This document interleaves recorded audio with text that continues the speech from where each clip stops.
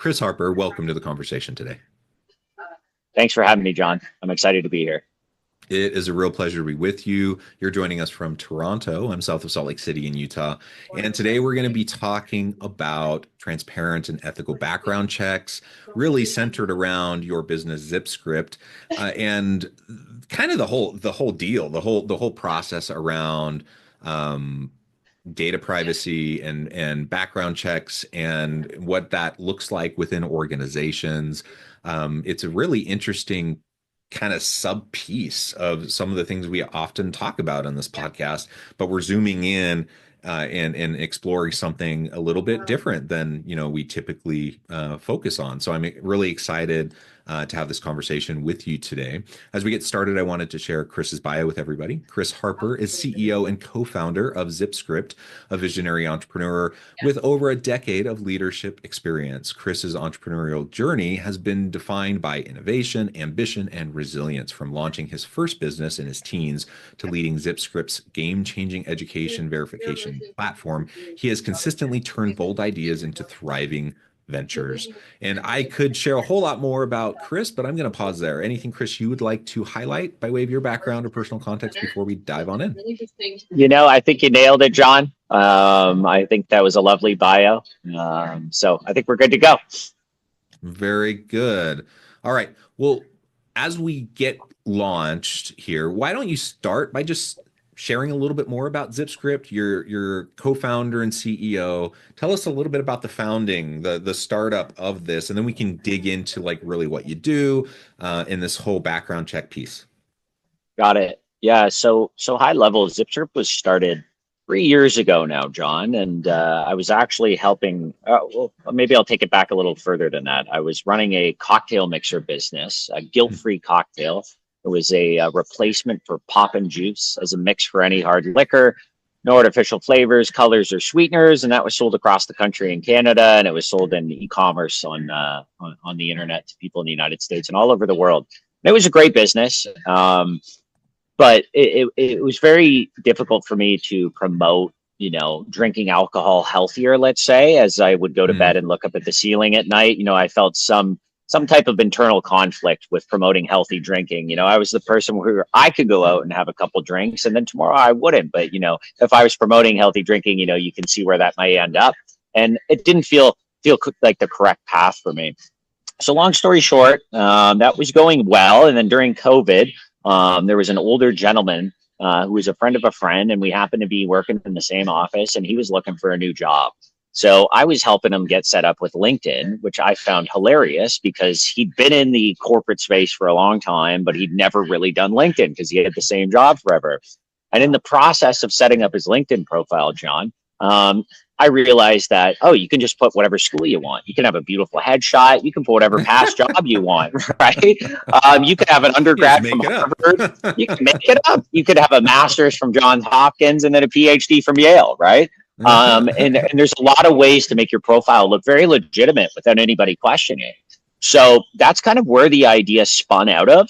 I thought there's got to be a way to verify this now because LinkedIn is such, it basically is the resume of today and the future. It's the digital resume. So I felt like, hey, if there's stuff on a profile, there should be a way to have it verified a lot quicker and a lot easier. And that's kind of what jumped us off, John, into the background check space, and specifically education verification and employment verification. Well, yeah, that's very cool. I know that, companies all the time, like when someone's getting hired, they do a background check, right? I guess I've never really thought about just the random person jumping on LinkedIn, checking on somebody, maybe they made a connection at a trade show or, they just ran into someone and they exchanged, virtual cards or physical cards, and now they go look them up on LinkedIn or whatever to be able to like actually verify, did this person do what they said they did? I never really considered that. So that's really cool to think that, like we can set that in place to have more confidence in what people are doing. It's helpful. It's helpful to everybody. It's helpful to me as I'm looking at other people's profiles, but it's also helpful to me in terms of like just I have more legitimacy to what I'm putting up there, right? Correct. And John, that's something I would like to add to that. It's like build trust from the outset, right? Like build it from the beginning, right? Don't leave people wondering, is what I'm doing or what I did factual or not factual, right? I'd rather have a conversation start from like a foundation of trust than a foundation of question. Well, very, very cool. All right. Yep. So, with that as a foundation, then let's dive on in and talk about some common misconceptions with background checks. Um, like I just mentioned, one of the most common ways is you apply for a job, you go through the interview process, now you're getting an offer, but companies want to verify. They want to make sure that you didn't just lie up the wazoo on your resume, that like you actually did what you said you've done, that you have the experiences that you say you have. So they're going to run a background check. They're going to, look at criminal record. They're going to look at, where you've lived, those sorts of things. They want to see that you've worked where you said you worked and that you have the education that you say you have. Um, so what are some of those common misconceptions that employees might have around background checks and how their data is often used in that process? Yeah, I would say one of the common misconceptions, and maybe this isn't answering your question directly, but if let's say you're a candidate applying for a job, typically those jobs are going to be competitive, right, John? Like, Mhm. and background checks are more frequently done in certain industries. So healthcare, Mhm. finance, right? Any kind of white collar industry, they're going to be running a background check. Then anything associated with healthcare will also run a background check. Um, and as everyone knows, the best jobs in the world, which those would be considered some of the greatest jobs in the world, the legal profession and everything, they're very competitive, right? Yeah. So one of the things that people may not understand when they're a candidate in this process is the time it takes the employer to do the background check can be the difference between them not getting a second, third, fourth interview or even getting the job Mhm. compared to the other candidate. So if the other candidate already has certain background check things ready to go, or they've done the background check process more rapidly, they're going to be put up higher on the list of possible candidates, or even beat that person for a job. And we see that all the time. And this can be something as not just in the job space. This can be continuing education as well. So if you're looking to, go from a bachelor's to a master's, and you want to do it overseas or you want to do it abroad, there's going to be an education verification. There's going to be a criminal record. So the faster, people listening, if you're applying for jobs or you want to do continuing education anywhere, the faster you can go through the process and input your own data, the higher likelihood it is that you're going to be considered for that position or that possibility to continue education abroad. So the speed at which the end user can actually offer up certain data points is important. But kind of the issue right now, John, too, is even when the candidate inputs data, if they're not using ZippedScript, it could take forever because a lot of this is still a manual process. Mhm. But I would say maybe to add one of the misconceptions is, this is not very invasive from a privacy standpoint, and it's candidate permission. So the user or the candidate will agree to offering up such information, but it's far less invasive than allowing cookies or having a Facebook profile or an Instagram profile, let's say. Okay. Can you walk us through then what it kind of looks like on your end?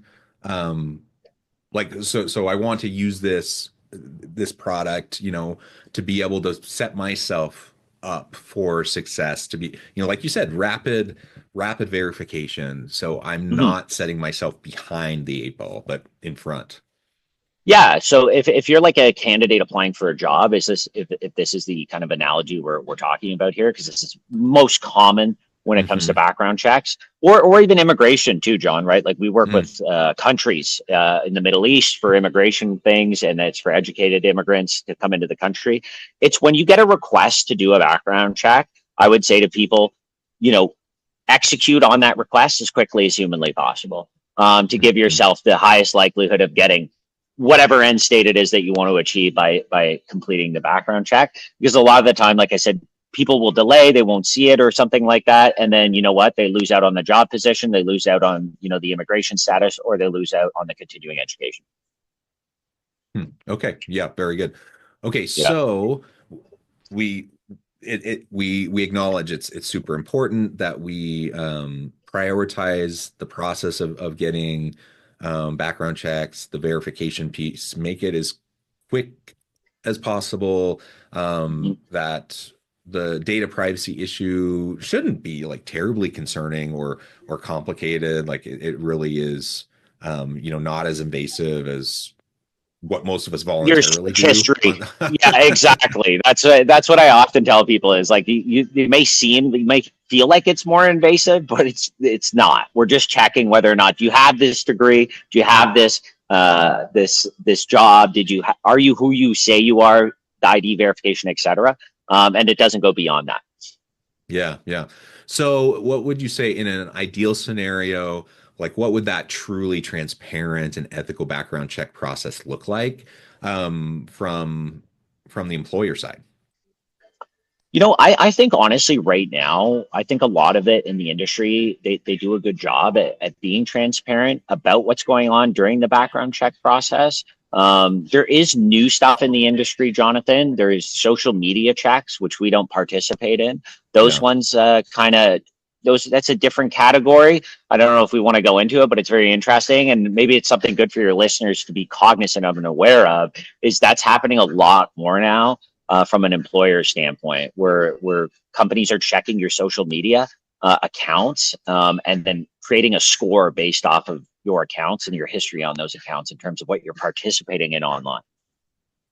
Ooh, tell me more about, I know that companies check those accounts, but tell me more about the score. Like what does that look like? Yeah, What kind of goes into those sometimes? Yeah, so I'll reiterate here, Jonathan. We don't do that. Yeah. ZippedScript, my company, we do not participate in that. We participate in employment and education verification. We feel far more critical data points when it comes to a background check. Right. Regardless of that, there are companies doing this. The score is going to take into account many different things. You can basically consider it a scraping bot or an algorithm that goes out, looks for your name, looks for all the accounts associated with your name. And now they're doing things to go as far as, Jonathan, where let's say you have a private account. Many people think this private account will keep them safe from a social media background check. It's not the case. If you want to be unknown in the social media space, I would say, don't use your name, don't use whatever, just at least be aware of what you're participating in, because they can find that username and associate that username with comments, likes, etc. And they're basically going to score it on like, are you negative? Are you, you can think of the many different possibilities here and how scores can be created. But comments, because I'm closey with people in the industry, comments are typically one of the worst things that are being seen right now when social media checks are being done, how human beings comment on other posts on the internet. Interesting. Yeah. I mean, and it makes sense. Anything on the internet lives on, right? And we always see the big news stories of the celebrities or the politicians, or, those are the ones that get highlighted. But just like those can get highlighted in the news for, high profile people, it can happen for any of us when we're going up for a big job and they're running a background check. It may not make the news, but they're going to find out about it. Key point, Jonathan. They want to make sure that we're not going to embarrass them, that we're not going to do something that's going to hurt their reputation or whatever. Correct. And it's a very big point there. Like, you're not going to hear about it in the media if somebody's hiring for like, a junior intermediate position, but it's happening that people aren't getting jobs because of their social media presence. So it's be cognizant of it, because now it's just part of our world. And I think a lot of people may have not accepted that yet, especially when it comes to being employed. Yeah. Yeah. Interesting. Okay. So coming back to, the ethical kind of process of what this should look like, you were talking about that, and we derailed and kind of went off on a tangent. We did, but yeah, what do you think, a truly transparent and ethical background check process should look like? I think it starts with the end user. And Jonathan, our company and my company, ZippedScript, we innovated in this way. And I'm going to talk about it for a second. The industry before us for decades was only ever concerned about the employers or the governments that were doing the background check, not actually the end user or the human being that we were collecting the data on. So we we approached the industry with a different business model strategy. We went and said, hey, all these people that have degrees and all these companies and governments that want to verify these degrees, that's amazing. But what if we went directly to the graduates and said, hey, why don't you verify your degree for free? Put it on our platform. So then when you go to get a background check, when you go to immigrate, it's already available. right? The employer, the government can just immediately unlock it. So we're reducing the time to hire for employers, which will result in a, macro global thing where you have more efficient companies, because as you scale, one of the biggest issues in scaling, especially with the world we live in today, Jonathan, with tech companies that are, if you're moving really fast, you need more people. To get more people, you got to run more background checks. So we reduce that time to hire globally because the candidate already has their degree verification, their employment verification completed. You can just unlock it. And eventually you can see where this is going to go, Jonathan. We're going to be adding, ID verification as well, so that the individuals can come to the job interview already trusted. Here's all my stuff right now. We don't have to do it later. And on the government side, it's the same thing. If you want to immigrate to a country where you feel you have more opportunities, if you can have your degree and your past employment already verified with ZippedScript, then man, your likelihood of going through the process and increasing the chances that that does happen is going to increase. And I think when it comes to transparent and ethical background checks, to kind of answer your question more directly, I think, not to toot our own horn here, but I am, by going directly to end users, communicating with them, having a UI UX that's friendly with them and showing that they matter, and we're going to them, not just the employer or the government. We start with them because it starts with their data anyways. I think that's going to be the future of the industry. Companies like mine and others in the space, I think, are catching on, where you got to talk to the end users. You got to talk to the human beings. It's their data. Let's make sure they're happy with it. They know what's going on, and let's give them the best chance to use their data correctly. Yeah, interesting. I have a more controversial viewpoint too, if you want to hear it. Yeah, in the industry. Yeah. It's an industry specific thing, but I see a future in which the end user verifies their degree on our platform, their employment, their ID, their criminal record, whatever it may be, right? And then we have a customer that wants to unlock it. I see a future in which there can be a shared, mutually beneficial, let's call it maybe even a revenue share or profit sharing with the actual users that have the data. And that seems to be controversial in the industry for legacy providers, Jonathan, when I speak about it. But I don't think it's that controversial, because I think it's your data, and I think there's a way that people can be compensated for it in the future. So we're working on that actively, and we'll see where that goes in the next year or two. Interesting. And is this like leveraging blockchain, or like how is this used? I mean, I can't claim to like fully understand blockchain. I just know that it seems like it's often talked about in terms of these types of issues, these types of applications. Yeah, absolutely. So it's definitely something we've considered doing, is building on chain, as they would say. Right now, we don't do that. But when we look at payments in the future and how we could compensate end users for their data being used and unlocked, it's definitely something we're open to and we're thinking of. The reason we're not on chain right now, Jonathan, is no matter how many people think, cryptocurrencies and blockchain is very prevalent in day-to-day life, not everybody knows how to use a wallet. Not everybody knows, the codes and everything. It's still a little scary for a lot of people. So we're just built out on a more, it's not traditional, but a more traditional tech stack of a database that we share access to via APIs. And get unlocks. But there is a future where I think blockchain has a place here, because especially in terms of making payments to end users, if that's going to be the route we do go down. Yeah, cool. Okay, so we've talked a lot about hiring. You've talked about even like immigration, various use cases where this could be super helpful. In terms of like student data, even you're applying to grad school, you're utilizing student data in various ways. One thing we haven't really talked about yet is like student lending. Maybe let's touch on that a little bit as we start to wrap up. What's the connection there, and why might that be part of what we consider as we're thinking about these background checks and verification?